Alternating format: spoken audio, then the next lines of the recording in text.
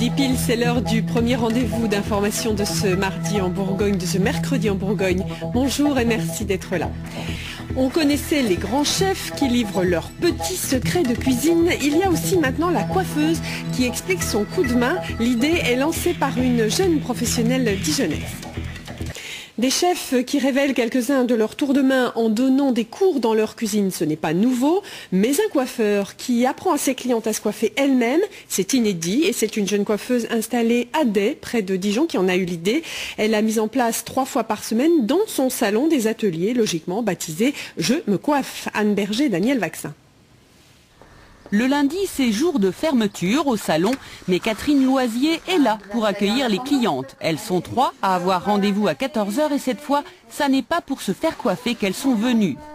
Comment allez-vous? J'arrive pas trop à me peigner, donc je vais essayer de connaître des astuces, des petits coups de peigne, des petites choses comme ça. C'est surtout pour trouver le moyen, là, pourquoi le côté gauche, j'y arrive moins, et donc il faut que j'y arrive. Je vous explique le déroulement. Donc chaque personne va faire le shampoing d'une des 2 autres personnes, hein, pour que vous sachiez exactement comment faire le shampoing. Parce que le shampoing, c'est la base de tout en fait. C'est aussi le début d'un atelier coiffure qui va durer 2 bonnes heures. Direction les bacs où la coiffeuse supervise et conseille ses apprentis d'un jour particulièrement appliqués. J'estime que si je le refais, déjà quand on ne fait pas soi-même, je pense qu'on retient moins bien. Puis quand elles seront chez elles, je ne serai pas là pour leur faire leur shampoing. Donc, vaut mieux qu'elles fassent elles-mêmes.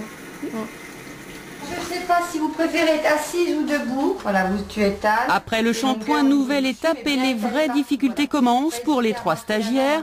Elles vont devoir faire leur brushing elles-mêmes sous le regard amusé et attentif de Catherine. Plus grosse, après, mettez comme ça, pointe en fait. Comme ça. Moi, c'est les pinces.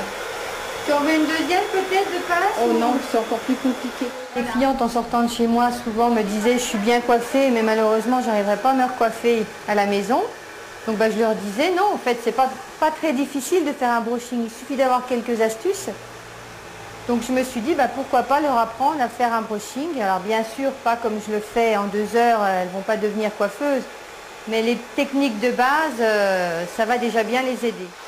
Et n'allez pas dire à cette coiffeuse installée depuis 13 ans qu'elle risque, à vouloir former des expertes du brushing, de perdre des clientes. Ça ne va pas empêcher les clients de venir faire leur coupe, de venir faire leur couleur, de venir faire leurs mèches. Dans ce cas-là, avec Madame Ourceau, on fait des mèches, on fait une permanente. Ça ne va pas empêcher de venir faire des mèches et des permanentes. Le but, c'est d'apprendre à se coiffer quand on fait le shampoing chez soi.